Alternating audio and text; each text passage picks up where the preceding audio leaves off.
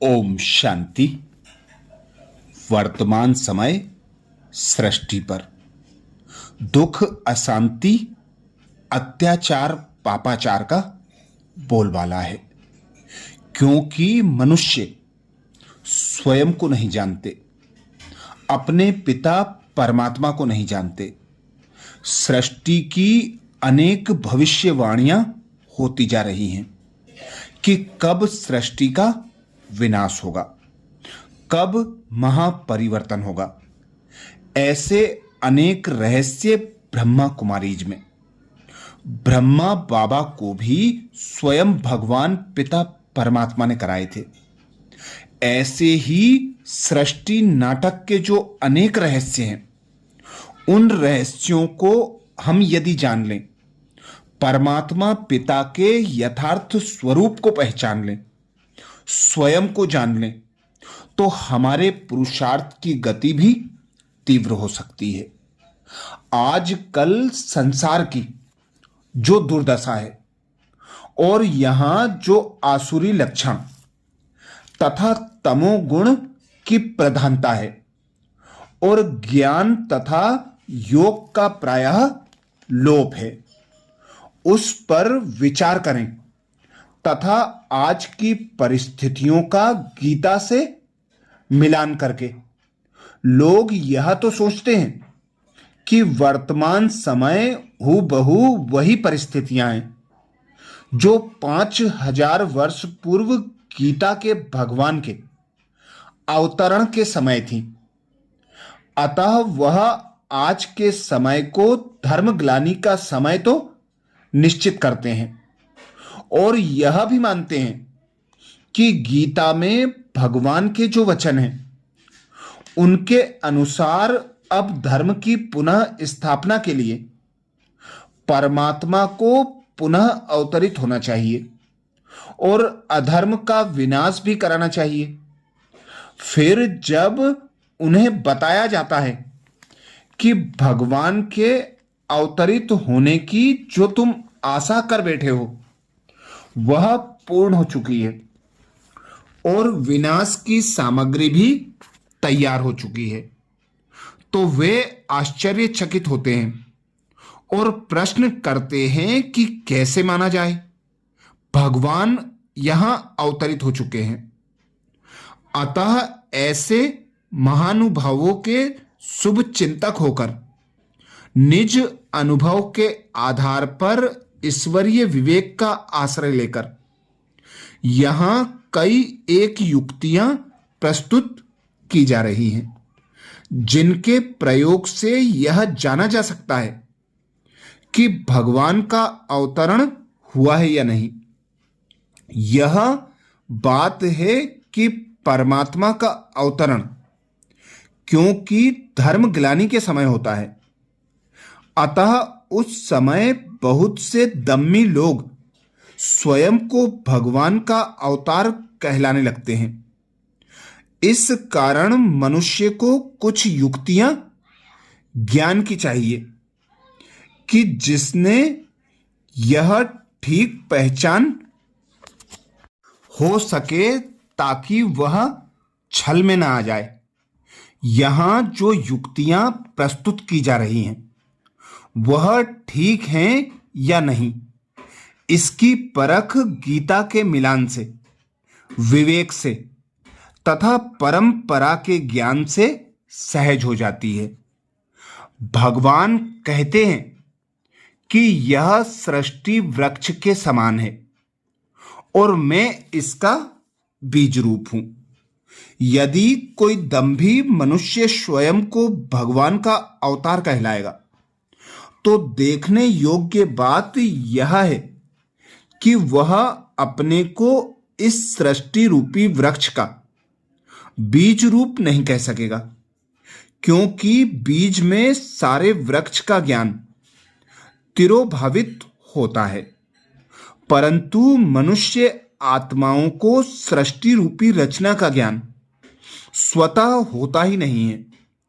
बीज तो वृक्ष का रचयिता होता है, किंतु कोई भी मनुष्य स्वयं को सृष्टि का रचयिता नहीं कह सकता, कारण कि वह तो स्वयं ही एक रचना है। अतः केवल गीता के भगवान, जिन्होंने ही इस सृष्टि की तुलना एक उल्टे वृक्ष से की है, उन्होंने ही स्वयं को इस वृक्ष का बीज रूप कहा है और इस वृक्ष का पूर्ण ज्ञान भी दिया है। अन्य किसी भी धर्म स्थापक ने न यह उपमा दी है और न ही इस वृक्ष का ज्ञान दिया है, क्योंकि वे मनुष्य आत्माएं तो स्वतः इस सारे वृक्ष को जानती ही नहीं, सर्वज्ञ हैं ही नहीं। अतः यदि कोई अपने को परमात्मा का अवतार कहता है तो उसे सृष्टि रूपी वृक्ष का ज्ञान होना चाहिए, अर्थात आदि मध्य अंत रचना और विनाश का ज्ञान होना चाहिए। भगवान ही आत्माओं के आवागमन को जानते हैं।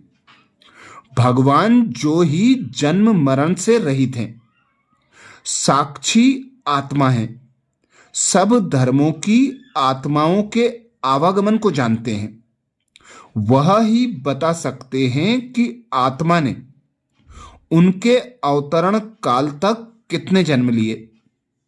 अतः केवल गीता के भगवान ही कहते हैं, हे वत्स, मैं तेरे पिछले जन्मों को जानता हूं, तू नहीं जानता। कोई भी मनुष्य आत्मा अपने ही पिछले जन्मों को नहीं जानती, तो अन्य आत्माओं के जन्म को जानने की बात ही नहीं उठती।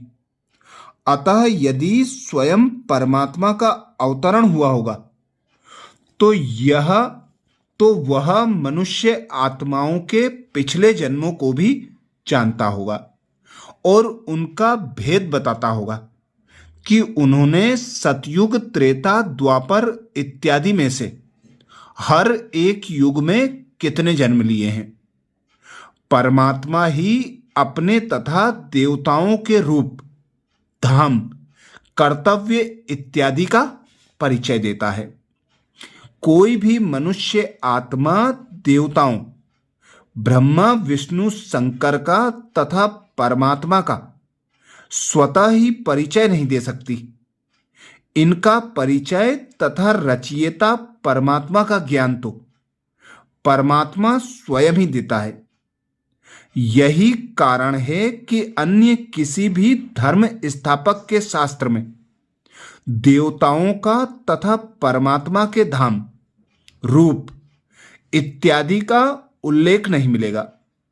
एकमात्र गीता के भगवान ही हैं जो कहते हैं, इस आकाश तत्व के पार जो अन्य अव्यक्त तत्व, ब्रह्म अर्थात अखंड ज्योति महातत्व है, मैं उस परम धाम में निवास करता हूं। मैं अव्यक्त ज्योतिर्बिंदु हूं, इत्यादि इत्यादि। यदि कोई मनुष्य आत्मा दंभ युक्त होकर ऐसा कहने का साहस करे तो भी आकाश के पार जो अव्यक्त अविनाशी ज्योति महतत्व है, वह उसका और परम धाम का पूरा परिचय नहीं दे सकेगी। वहां आत्माओं और परमात्मा का जिस प्रकार निवास है, उसका पूरा चित्र नहीं बना सकेगी।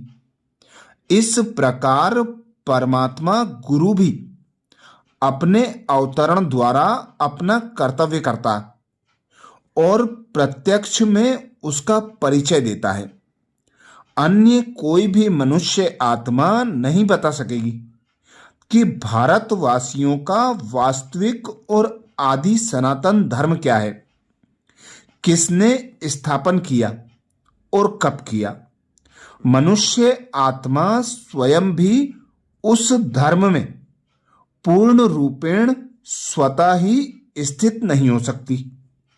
उस धर्म की पुनः स्थापना का महत्वपूर्ण कार्य करने का दम भरना तो उसके बस की बात ही नहीं है। अच्छा, जो परमात्मा ने सृष्टि के अंत की नॉलेज दी है, उसका मनन अगले वीडियो में फिर करेंगे। ओम शांति।